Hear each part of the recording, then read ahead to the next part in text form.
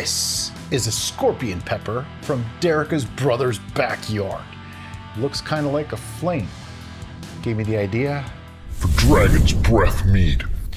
Now, we made a Dragon's Breath Mead once before. We did. This is the newer improved version, because you gotta make newer improved versions of things. I think the original we used jalapenos. This time, we're up in the ante with scorpion peppers. Now, all I'm gonna do with these, really, I don't wanna touch them too much. I did wash them, is I'm just gonna cut it in half and toss it in. That's it. That's it. That's all you gotta do. And I'm using 2. I know somebody's gonna say, oh, that's nothing, you gotta use more. Yeah, well, scorpion peppers are only a notch below Carolina Reapers. And on the Scoville scale. Yeah, I don't need to burn my face off for the sake of making a mead, but I wanna make a good tasting mead. And wow, they are fruity smelling. There's a nice smell to them. Now, many of you have known that I have warned about brewing a capsaicin in a plastic vessel, which we're doing right now. But I have decided that this very bucket capsaicin bucket is now the capsaicin bucket. So I'm going to come up with a name for it. Brian's going to try to come up with a name for it, but I want you to come up with a name for it and let us know what your suggestion is in the comment section below, so that way I can officially label this bucket as that name. All right, I like it. We didn't even talk about that off camera, but I'm gonna go put these away. Okay, in order to be a mead, you have to ferment honey. And for that, we're gonna be using Kirkland Wildflower Honey. Why are we using this particular honey? Because it's really good and it's relatively affordable. Yeah, it's usually like between $4 and $6 a pound, which is a pretty decent price. And it's a decent quality honey. Am I gonna say that this lists up there with the exotics that people spend a fortune on? No, of course not. But here's the thing. We're gonna be adding so many flavors to this that all those nuance would be lost. So sometimes it pays to just use a good quality. You don't have to use the best ever. And I want to use, see, this is where it gets tricky now. How much honey do I want to use? I think I want to use 3 pounds. Okay, why did you come up with 3 pounds? Because it's a nice round number, and because 3 pounds will get me roughly a 1.105 original gravity, which gets me about 13 to 14% ABV. Now, we are using Red Star Premier Classique yeast, which goes to about 15%. So I'm still below that, which means this should go dry, giving us lots of options for flavoring later. And you might be wondering, wait a minute, how is this Dragon's Breath? This is just a capsicum ale. Well, today it is. Gotta tear out your scale. You only need to do that once, though. I am a button pusher. He is. I do it 4 times just to check that I did it right the first 3 times.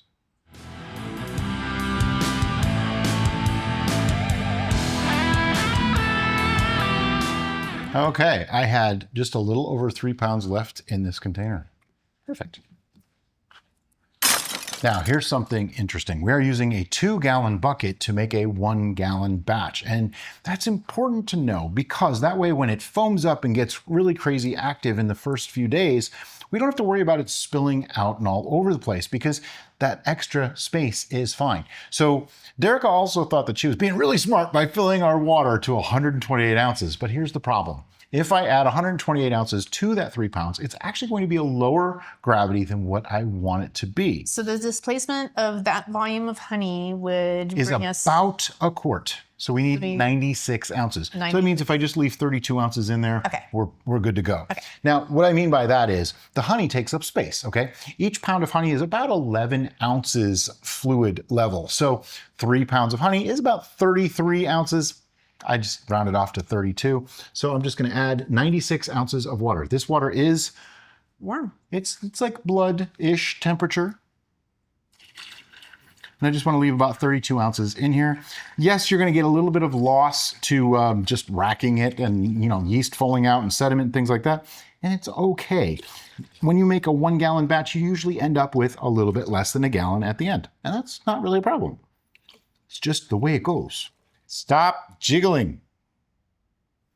Now, of course, do you have to be perfect with this? No, just know that every bit that you're off from those numbers, it could affect your starting gravity a little bit, that's all. And your final batch size. It's still more than 32. Yeah. I gotcha, don't you worry. So if you don't put in 96 ounces of water, like if you put in less, you'll have a higher gravity. And if you put in more, you'll have a slightly lower gravity. I'm just gonna go with it as it is, because here's the thing. Once I mix this up and we take a reading, if it's too high, I can always add more water and bring it down just a little bit. Now, some people will say, oh, but if it's higher, doesn't that make more alcohol? Yes, to a point. At a certain level, your yeast are gonna say, sorry, no, they're not gonna work anymore. And generally, I find I like things to be around 12 to 14, even 15% is pretty acceptable. Beyond there, they start to need a lot more care. Yeah, they need time to age and mellow, but they also need a lot more, you need to be more precise with nutrient schedules and things like that. I don't really like to worry about such things. I'm a kind of a lazy homebrewer, really. I want to put it together, let it sit for a few weeks, and then rack it and move forward. And that's it. I don't want to have to work on it every day. That's not what this is about for me. We just want to make something that tastes good. That's it. Now, somebody's going to ask why I left those peppers so large. It's because they're going to get mushy anyway, and they do sort of fall apart a little. And if I broke them up, they might extract even faster. So I didn't want them to extract super fast, because this is going to take, probably 2, maybe 3 weeks before it gets racked. And those chilies are going to be sitting in there the whole time. All right, so you're going to need gravity reading equipment, yes, a lid, and an airlock. Yes. Now, somebody might be thinking, this is just a capsicum ale. Well, yeah, and there's a reason for that. I want all the fruity flavors to come later. So we have bags of frozen fruit that we'll get to in a little while that are in the freezer right now on purpose, because right now I want to ferment the mead. I want to create the alcohol and get the spicy flavors from the chilies. And then we add the fruit later. But right now, let's find out. Those chilies are painful. Yeah, you can smell them. Like, it's starting to burn my nostrils just a little bit from here. So I have a feeling this is a lava mead part 2 with fruit. Yeah. But I want to see how close I am to accurate with my reading here. Looking for about 1.105-ish. Somewhere right around there is what it should be. Because honey adds 0.035 gravity per pound in a gallon of must. So dissolved into a gallon of must, it should be that. And we're slightly above, 1.110. Not really a problem. Okay, so what that means, that 1.110, if I look at the potential alcohol, puts us to right around like 14.2, 14.3%, which our yeast can go to 15. So we're still slightly under that, which means it should go dry. Going dry means that it uses up most, if not all, of the available sugars, any reasonable amount that's there. And I like to do that because it gives you some control. There's a lot of different ways to do things. You can try to surpass the tolerance of the yeast and things like that. But in this case, this is nice and simple, and it's easy to control, because keep in mind, like I said, we're going to be adding fruit. So maybe with the fruit, it'll surpass the tolerance of the yeast already, which is great. And I'm okay with that. And if it didn't, not a problem. But for now, yeast. This is a terrible packet. I haven't made that joke in a long time, because you can't tear it. It's Red Star Premier Classique yeast. It's a pretty decent performer. We've been using it for quite some time. And I'm just going to use half a packet. Nope, didn't hydrate. Nope, didn't do nothing. If you're wondering why, we have a video on using Go Firm and Fermento versus using nothing. We actually preferred the nothing. So we're testing that theory further with some more brews to see, does that carry through otherwise? Does it still work? Does it actually do the things we need it to do? Because we just don't know yet. We're working on it though. All right, I didn't put it on there because I didn't know if you wanted to do a little swirl. Nope. I don't like to swirl the yeast because it just gets all over everything, and they stick to the sides, and then they don't fulfill their destiny, and they're just wasted yeast. Nobody likes wasted yeast. Okay, the lid. You put it on? Oh, do you want the airlock off? Oh yeah, take the airlock out. You should hear a snap, or your seal is crap. There it is. There it is. And the only problem that I have with using plastic buckets is sometimes you don't get a good seal. But even when you don't get a good seal, you're still sealed well enough, as long as when you lift on the lid, it doesn't just pop right off, because bugs are not going to be able to crawl in that space, and the gas is still going to be able to escape. Right. The two reasons for an airlock are to let gases escape and to keep bugs out. Some people think it's to keep bacteria and things like that out. Not really, because the biggest problem that you're going to have is like dirt and bugs and things like that falling into your must. Bacteria, not so much, because most infections are actually caused by something that's in the bucket already. They're caused by wild yeast, and that's why we like to use a commercial yeast that can overpower those and just wipe them out. And that's why sanitization is so important. And that's why everything that we used here was sanitized in the red bucket of sanitization, which is actually a big red bucket right over there. It's about 10 gallons that we filled with water and star sand mixed to the manufacturer's suggested directions. Yeah, that makes sense, right? And everything sits in there until we need it. So at least 2 minutes of surface contact. Some people like to keep bottles of it. We don't do that. And we do actually make a new batch of star sand every brew day. We don't keep it around. A, I just don't like the idea of it, and it's not that expensive. And B, we have cats and they're curious and it will kill them. Yeah. No kidding, not even hyperbole, it will kill them. If your pets drink it, they will die. So we don't like to have that around, and I suggest you don't either if you have young children or pets. Yep. What else do we got to do? We're going to put our label on there, and then we're going to let it sit. And since, we just moved, we can't find anything, I'm going to use gaffer's tape. Because, why not? It's tape. It's not even the same note paper anymore. I know. It's okay. Change is good until it's not. And this is going to go into our temporary fermentation, also known as the laundry room. And we'll keep an eye on it. It should start fermenting within a couple of days. If it doesn't, we'll be back to show you what to do there. But generally, you just add a little bit more yeast because maybe your yeast just didn't prove. But you should start seeing some bubbling in the airlock. We'll be back probably in a couple of weeks once that slows down to show you what to do next. It's been 1 week. Brian may have regrets. It's possible. We got those scorpion peppers from her brother, and we had a bag of them in the fridge. And it was like, I think the day after we made this or something, I decided I'm going to make some pasta, and I put 1 scorpion pepper in, Why? enough to serve 4 people. Yeah. I had a bowl of it. She was sleeping at the time. And when she got up, I told her she doesn't need to eat it. It was uncomfortably spicy. I'm really sure when Brian decided to put 2 in this, I may have made a face of, are you sure? You did. And I went, no, it's fine. It's fine. Because I have a vague recollection when we did the habanero, we did 1 habanero, which is far less spicy than... But in lava mead, we had quite a bit of his chilies. I don't think there was that many scorpion chilies in there. Look at all the yeast all over the place. You need to see this. It just looks a little strange to me. I mean, it's fine. There's nothing wrong here. Are yeast afraid of capsaicin? It's like the yeast did not come out of their little capsules. It's too hot for me. No. All right, I need to take a think sample. We actually didn't we learn this? Did we learn something and forget about capsaicin? I've learned nothing.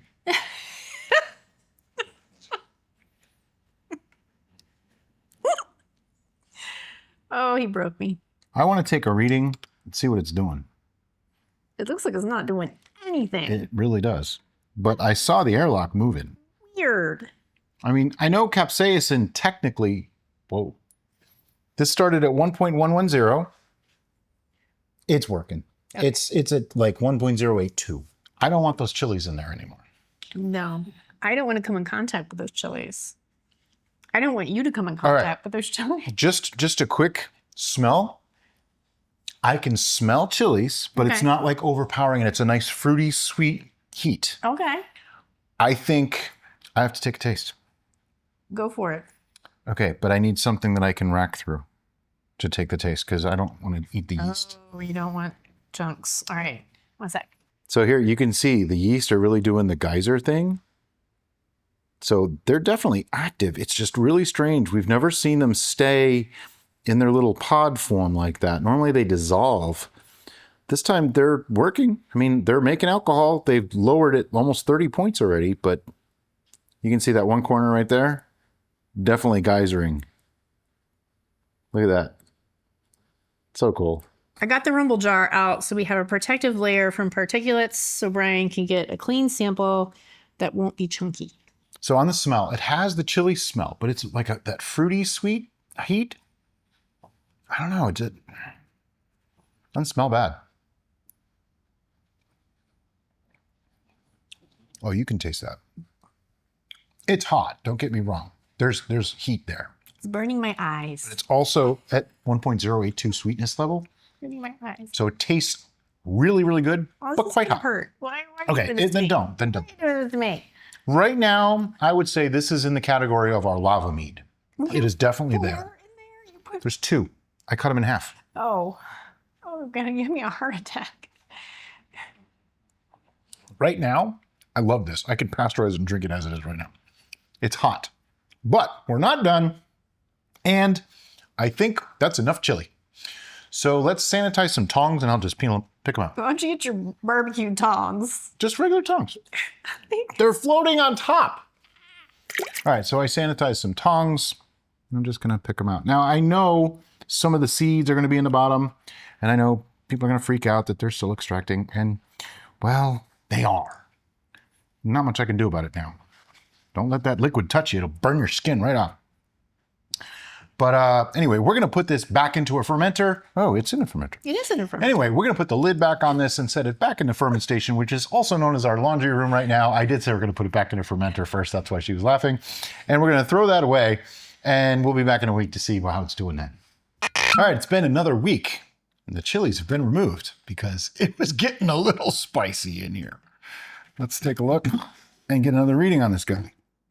Looks like a mead. Yep. Remember last time the yeast were acting all weird? They're not anymore. They look normal now. Okay. Hydrometer reading. Everything sanitized. See the drips? Mm-hmm. It is not clearing yet. So more than likely it's not done. And we're okay with it was pretty high. It was 1.082 last time.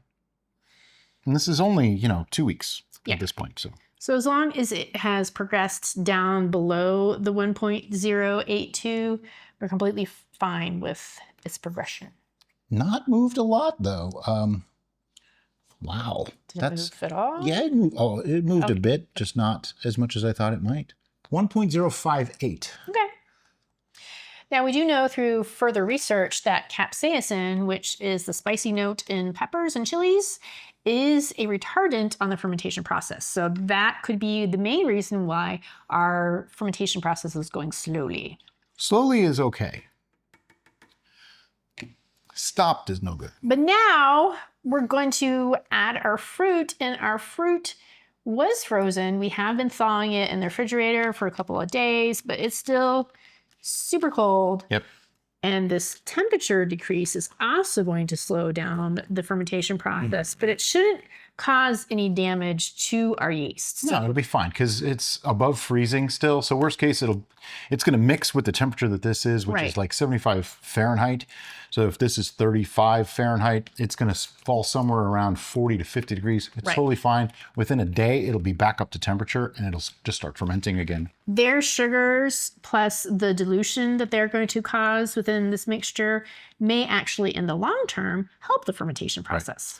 Now, when we say fruit, we are adding 3 pounds, and this is a Walmart Great Value cherry berry blend, and it is strawberries, blueberries, pitted, dark sweet cherries, and pitted red tart cherry. So it's strawberries, blueberries, cherries, and more tart cherries. Yep. So this is kind of like an awesome mixture. Yeah, that looks beautiful. Yeah. There's whole strawberries and everything in there. You know what? That's amazing. Looking down in that bag, it's like whole strawberries and big, fresh looking berries in there. That's really cool. I did not expect to see that. And this is a benefit we found when using frozen ingredients, be it berries for our fermentations or even frozen vegetables for cooking, is that they tend to be picked at the prime ripeness. Do you smell that? Yeah.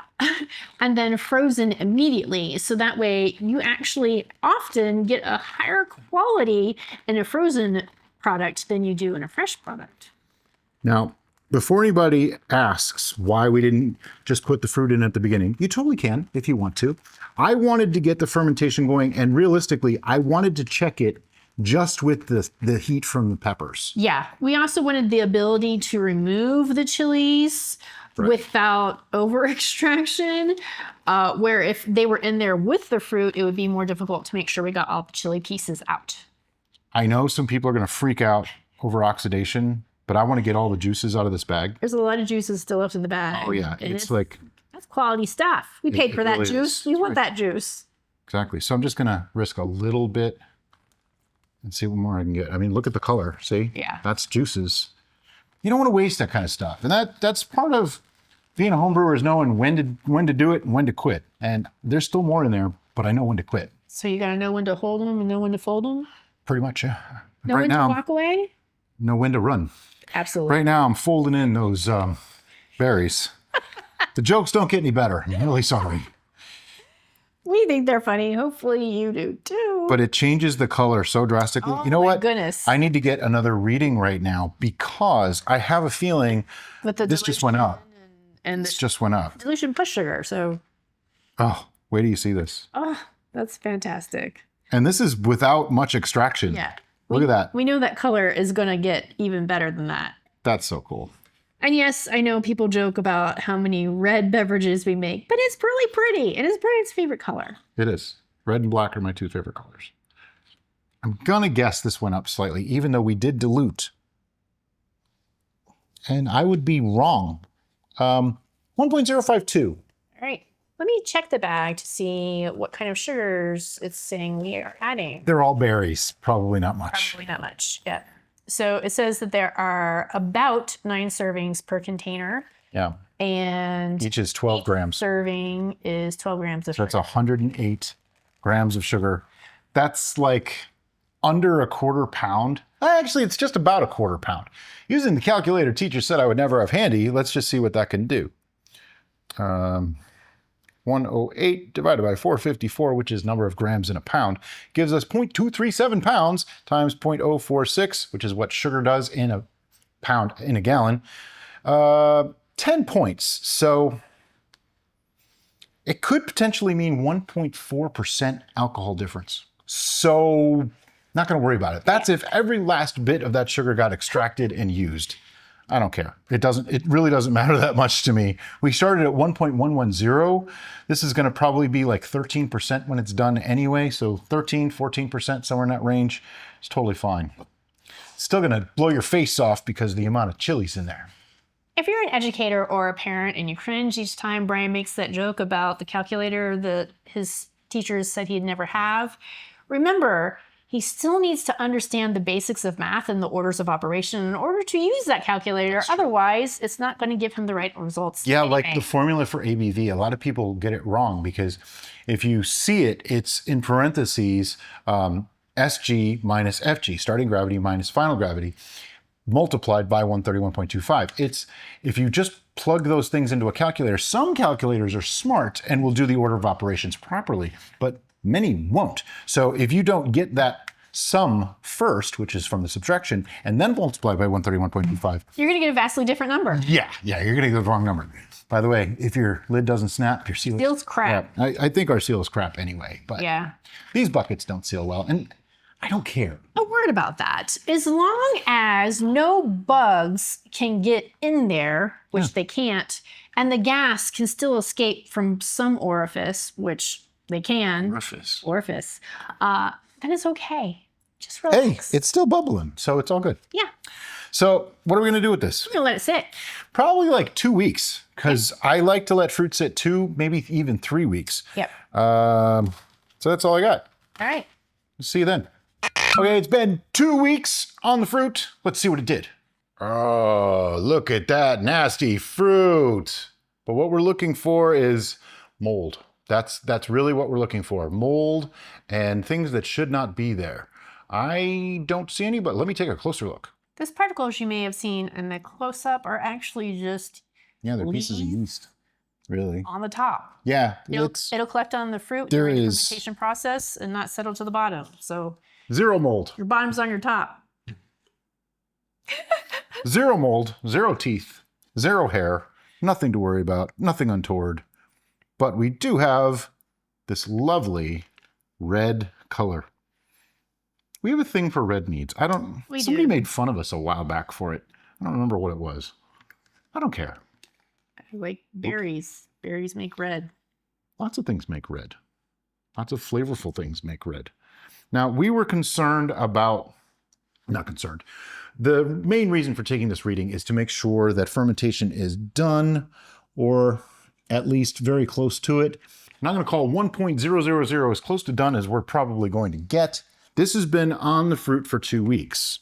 Do we want to leave it one more week, do a verification, or do we want to rack it now? We want to pour a little bit of this in a taster glass and sample it to see if it's fruity enough. Got a glass. Got a sample. Now we know this isn't going to be sweet because it's 1.000. Yeah, it's going to be very dry and probably quite spicy. But we're looking for fruit. Oh, that's right. This is that one. Yep, this is hot. Do you want me to go first? Yeah. All right. Normally, ladies first, okay? In this case, I'm sampling the food just in case it's poison. Right. How's that? He's the queen on the smell. Taster. It's chili and berry, like it's chili berry. It's just so awesome. All right.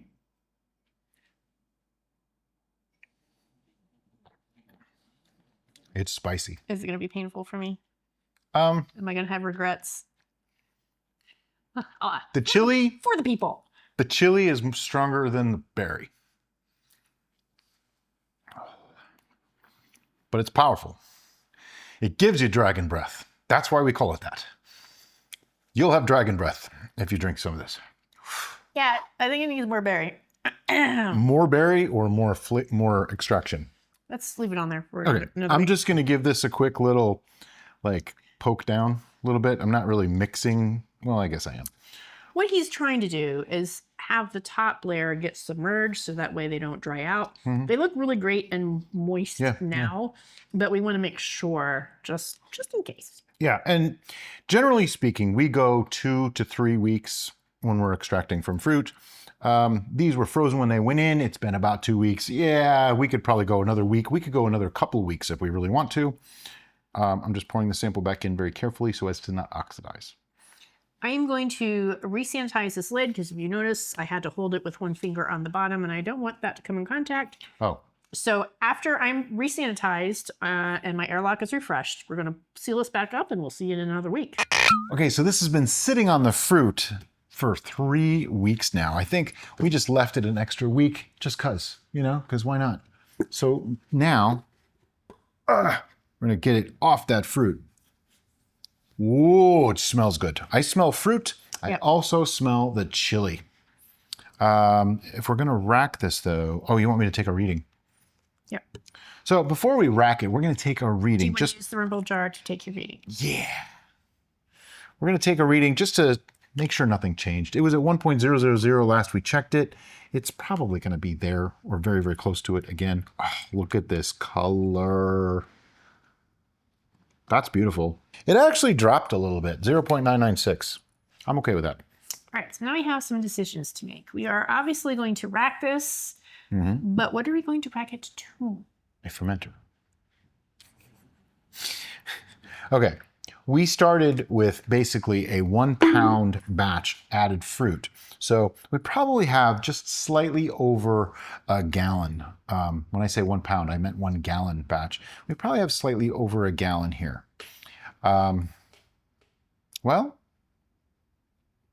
that's a really good question. I don't know. Do you want the TARDIS? Plastic? No. Oh, right, because this is capsaicin. We want to put this into something glass.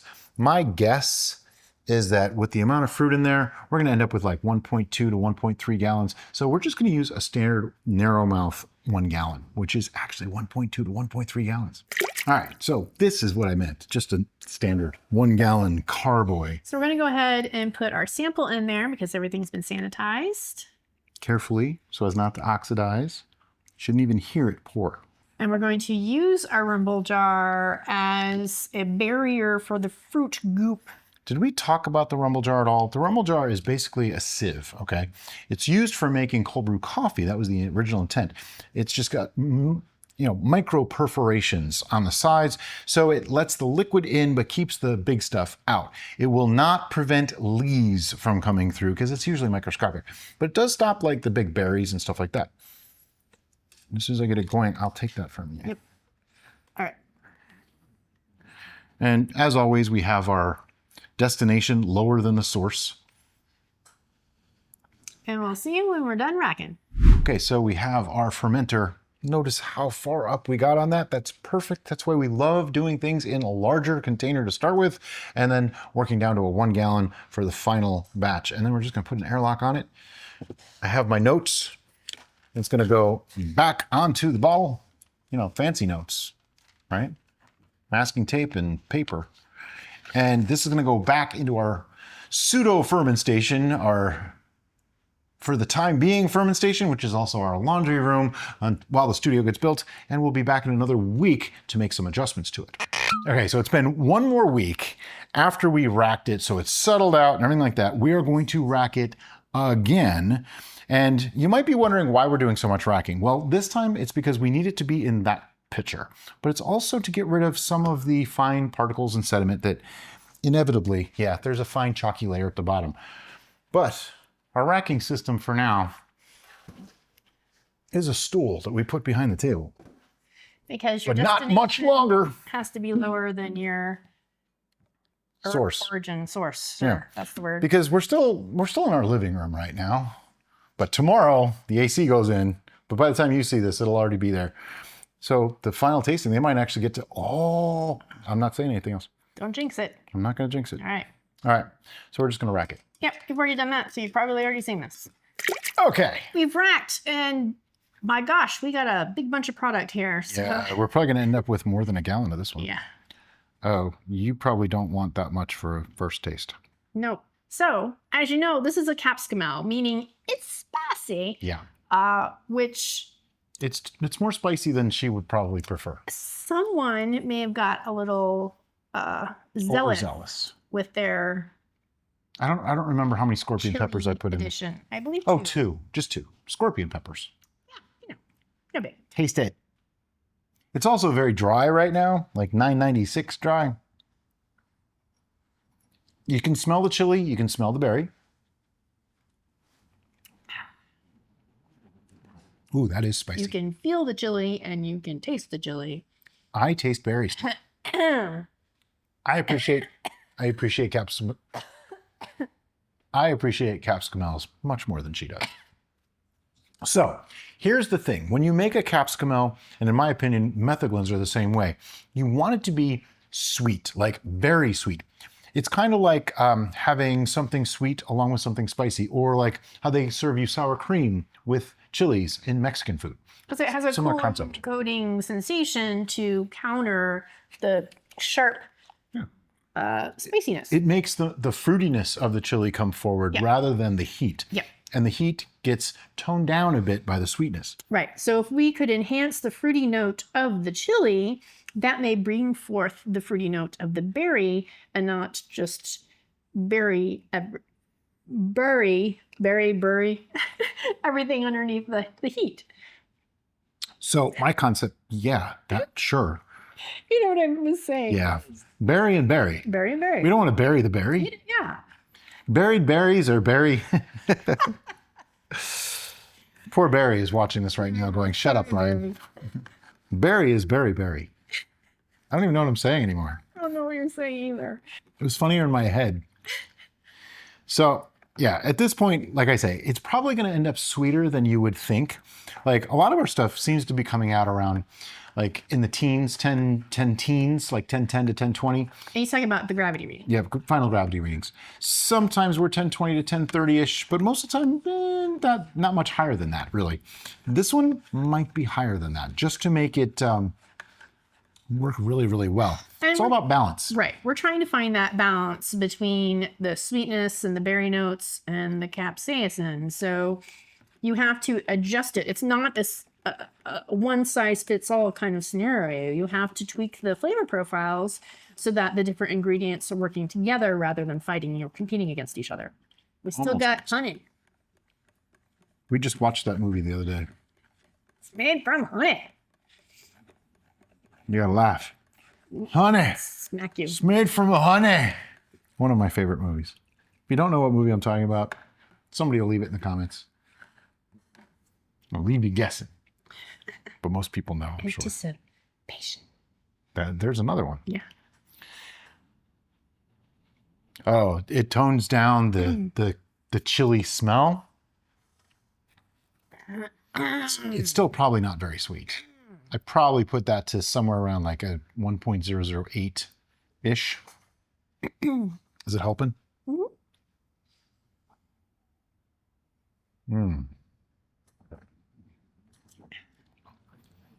I'm getting some of the fruity notes from the chili now. Yeah.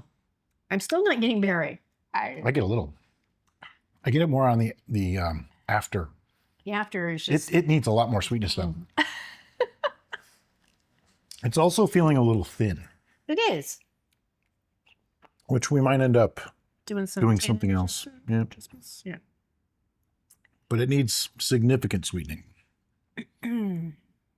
Which adding honey will also add viscosity.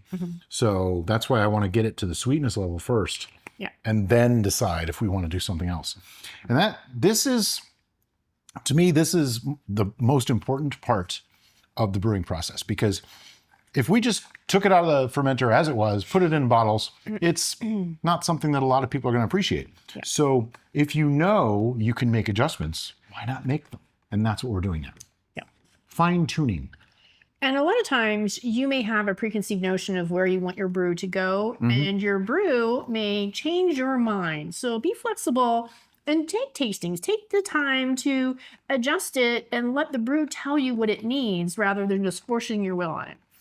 This is something else too, really important. We make 1-gallon batches on the show, and that's because we do anywhere from 45 to 50 brews a year, so we don't need to have more of anything. So a lot of people ask, like, what do you do off camera? Well, we really don't brew off camera anymore. We show you everything. We've already brewed for you. Yeah, we're trying to keep up, which is hard. As you can see, the collection grows. But if you want to make more, it's very easy. You can scale this up to 2, 3, or 5 gallons simply by scaling everything but the yeast. Literally everything. Spices, herbs, all of our recipes work that way. Yeast, once you go past 3 gallons, I would use a full packet, but under 3 gallons, you can use half packet and be fine. That's a question that comes up a lot. And it's actually really, really simple. All right, that looks pretty good. This is probably 1020-ish, I'm gonna guess. I made one time that was 1060, 1.060. So I'm not afraid of going a little sweet on it, because if it turns out to be a kind of a desserty thing, I will put that in a glass and sip it for a couple hours. Not a problem. Is it getting thicker? Oh, okay.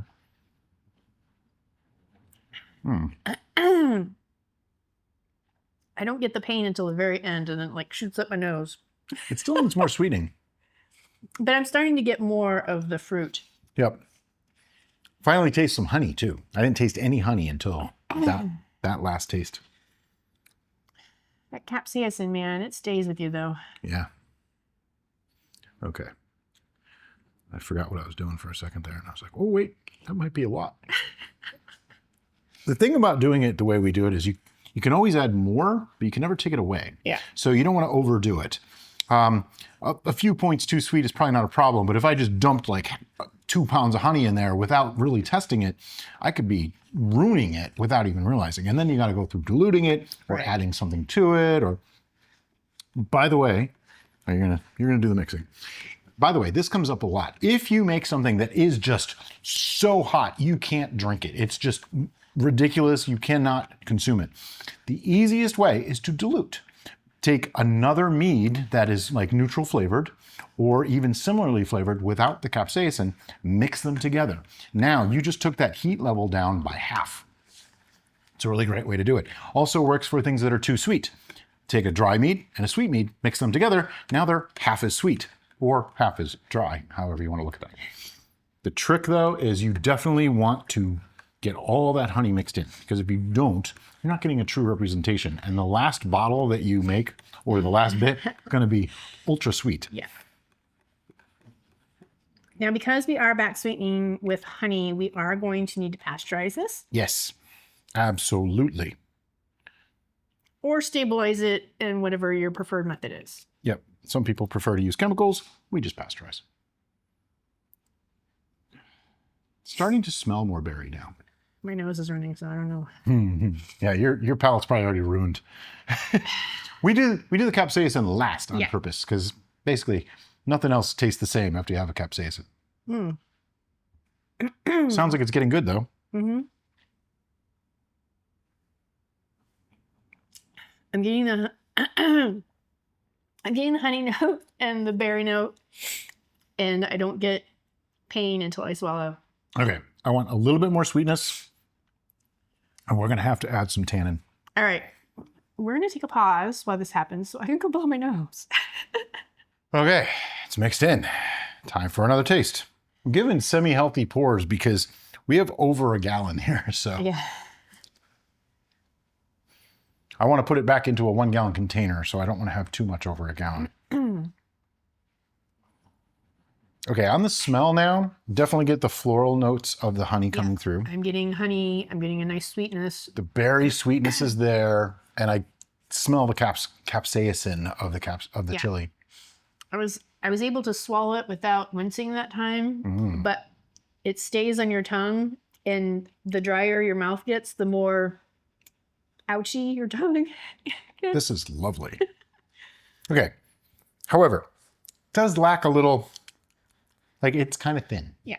Even with all that viscosity added from the honey, we probably added, wow, that's like a pound of honey to this. So this is probably quite sweet, okay? But it doesn't taste like it's super sweet. It really doesn't. It's got a good sweetness though. So this is wine tannin. Now, if you don't want to use wine tannin, you can alternatively oak this. Yeah. We get oak from Barrel Char Wood Products.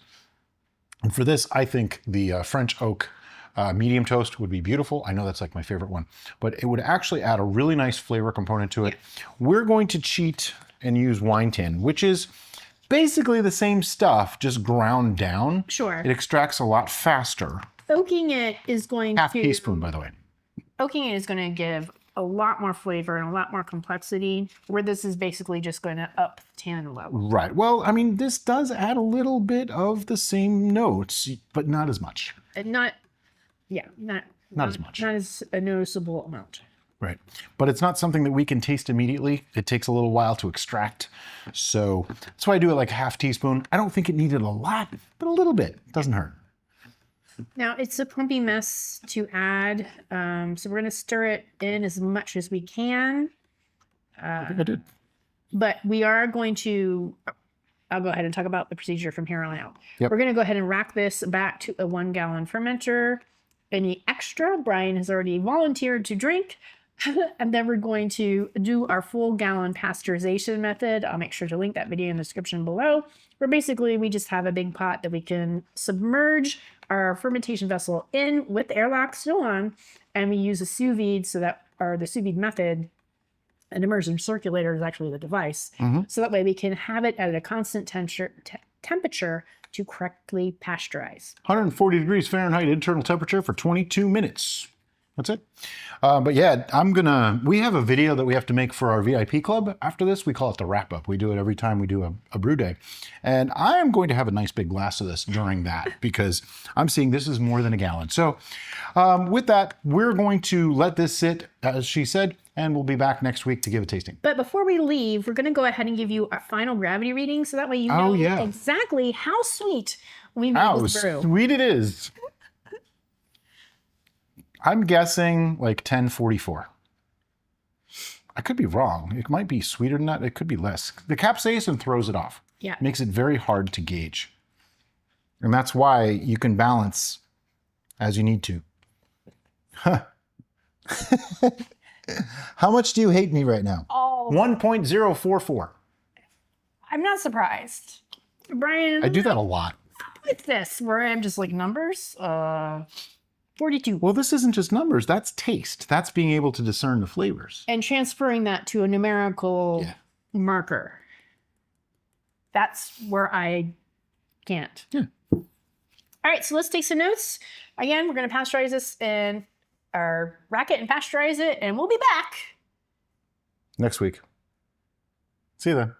Okay, so it's been 2 weeks, right? Yeah, 7/21 to 8/5. We let this sit for 2 weeks? We let it sit because often, not always, after pasteurizing, all those particles that were in there floated to the bottom. And check this out. Look at how Yeah, there's a big, thick layer of goop on the bottom there. thick layer of goop, which means that our beverage up top here is nice and clear. And it is a beautiful color.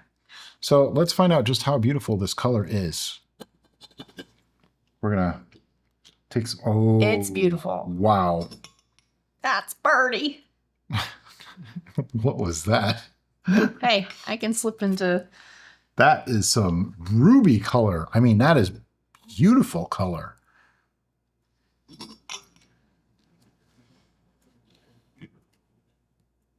So we have seen where the pasteurizing process can sometimes set a haze and sometimes clear a haze. Yeah. In this case, it cleared it. We have not been able to determine when... Oh, that's so beautiful. Yeah, this is gorgeous. It's going to do what it's going to do because, you know, it's things. But like we said, on the color, and this is perfectly clear. Like you can see right through it. It looks like cherry wine. Is what it really looks It's like. a fantastic color. I hope you can... All right, I have this really cute towel. Given to us by one of our VIPs, by the way. It's a housewarming gift. Yes. It's a studio warming gift now. CJ and Warren sent this because they know I love kitties. And so there's a black kitty with all the flowers. But they're lint-free. But they're lint-free, so they're perfect for cleaning out our beverage glasses. And they are perfectly white on the back. Mm-hmm. So if I hold the glass... There you go. You should be able to see that. Look at that color. Yeah, I'll zoom in on it. That is fantastic. Yeah, this is absolutely gorgeous. And I know people like to tease us about our red brews, our jewel tone. Nobody really does anymore. They did for a little while. It's pretty. Ooh, Aesthetic. smells like fruity jalapenos. Guys, and before I had some angst about how spicy this meatball Oh, it's was. spicy. It's spicy, but we sweetened it pretty high. But I don't know. I think the color is kind of making me Color makes it okay. calm down a bit. That's funny. But yeah, this is gorgeous. It is definitely chili You know there's chilies on in the it. nose. But I get honey and berry There, too. you can get the honey and berries. Absolutely. No off smells. Nothing. No. No footy. No, It's not young. There's no sulfur smell. There's no vinegar smell. All the aromas that are there are what you would want to be there in this kind of beverage. It's rich and heady. That's Yes. the way I like it. Oh, wow. It even has a maturity about it really does. that belies how old this Yeah, brew is. how old is it? Well, we did start this June 16th, and today is August 5th. So this is like, what's that, 7 weeks? Almost 8 weeks? Yeah. Okay. Are you ready? I'm ready.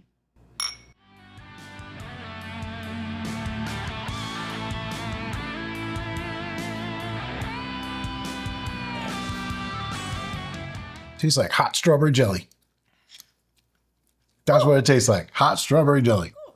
That is so awesome. It went right out the nose. Okay. You're supposed to drink it, not snort it.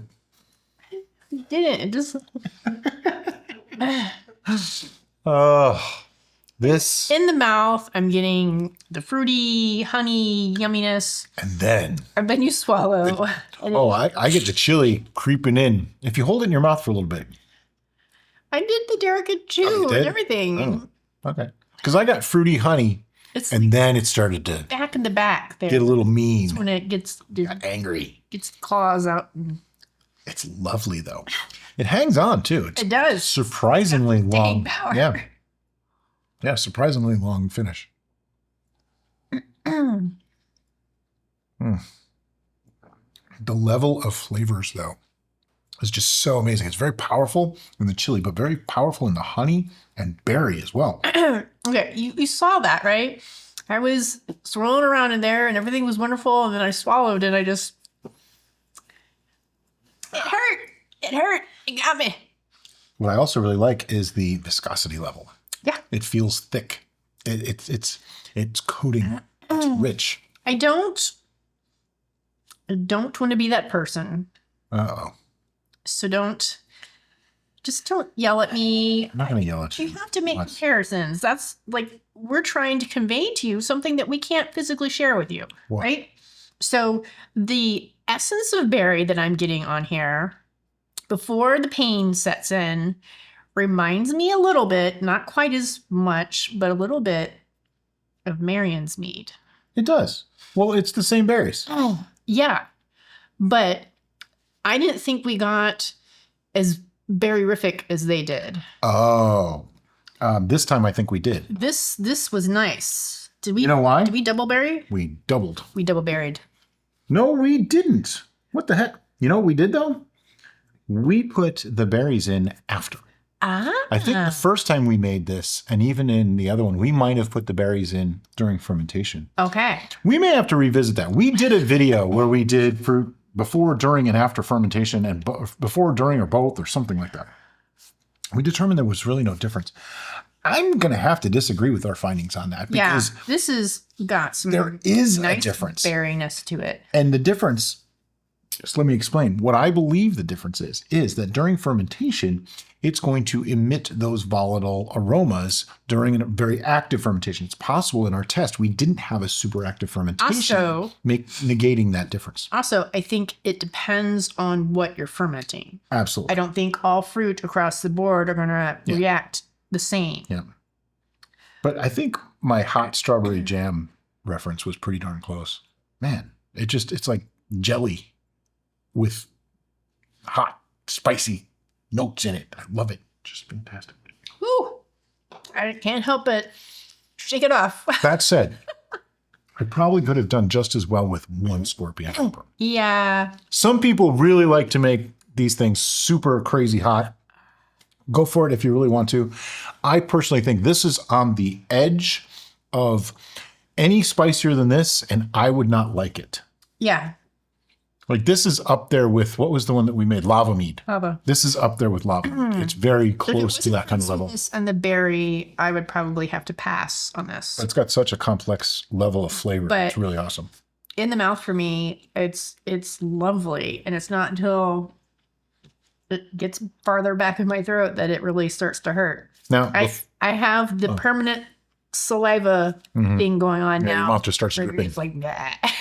Now, what we're going to do with this at this point, it's going to sit for a while because there's a lot of stuff on the bottom here. Going to let that compact, let it sit for probably a couple months, maybe 4, 5, 6 months. Then we will bottle it out. One bottle will sit for a year from today. And on the Tasting Room channel, which is our other channel, we will taste this again after a year of mellowing and aging. I think this is going to be amazing. The others, I'm going to drink them because they're going to be gone long before that year. I'll tell you right now. I used to think that metheglins were my favorite. No, I'm pretty sure capsicumel. And this is a capsicumel melomel. Oh, wow. All right. So good. Do you have a number? You should be seeing our scoring system on your screen right now. It normally goes 1 through 10, but there's 2 super secret numbers, 0 and 11, for things that just totally suck and things that are absolutely stupendous. I have to think about this. I may need another small sample. Is that enough? No. Just a little. Nope. I'll fill your glass though, so you don't have to drink anymore. Okay. I might have to have some chips afterwards. Yeah, we still got tastings to do for the tasting room. Oh, the smell on this, it's so amazing.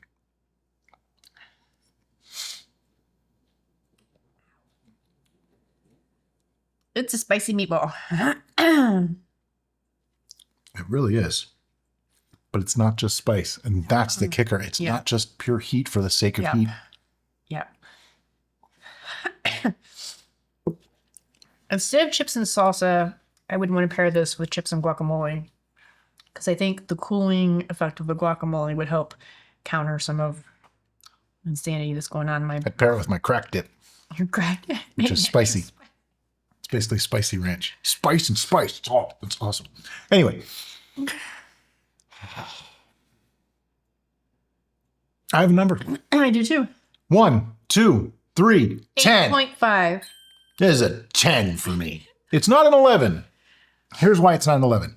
It's just almost too spicy.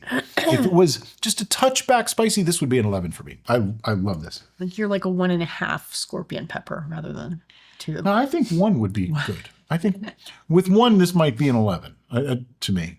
All right. I just need to have some heat. I don't need it to be burning my face off. And this is not burning my face off, but it's burning her face off. My face is still there, but the insides might be damaged forever. And you gave it an 8. What's bothering you? I gave it an 8.5. 8.5. What's bothering you? Pain. The pain. It's too spicy. It's too spicy. She doesn't deal as well with spicy food as she used to. I used to just... You used to be able to keep up with me. No problem. In some cases, I surpassed you. Surpassed it. Yep. Sometimes I'm like, nope, this is too much for me. That's good. But this, like... I really like this though. Everything's moving. I'm really happy about this. The berry and the honey and maintaining that with the heat, that's a little surprising. I did not think it was going to come through like that. So there's no way I could go lower than an 8.5. Yeah. That's a pretty amazing score. That's like 9.25 average. Wow. That's really good. Because, okay, believe it or not, I'm getting harsher with my scores. So when I gave this a 10, this puts it like in the top 10 of some of my favorite things we've ever made. Yeah. I would have to say this is up there. I'm getting the burps now. Yep. Uh-oh. It's going to be bad for me. Anyway, like I said, what we're going to do with this one, we're going to store one away, see it in a year. But as always, guys, thanks so much for watching and have a great day. Bye-bye.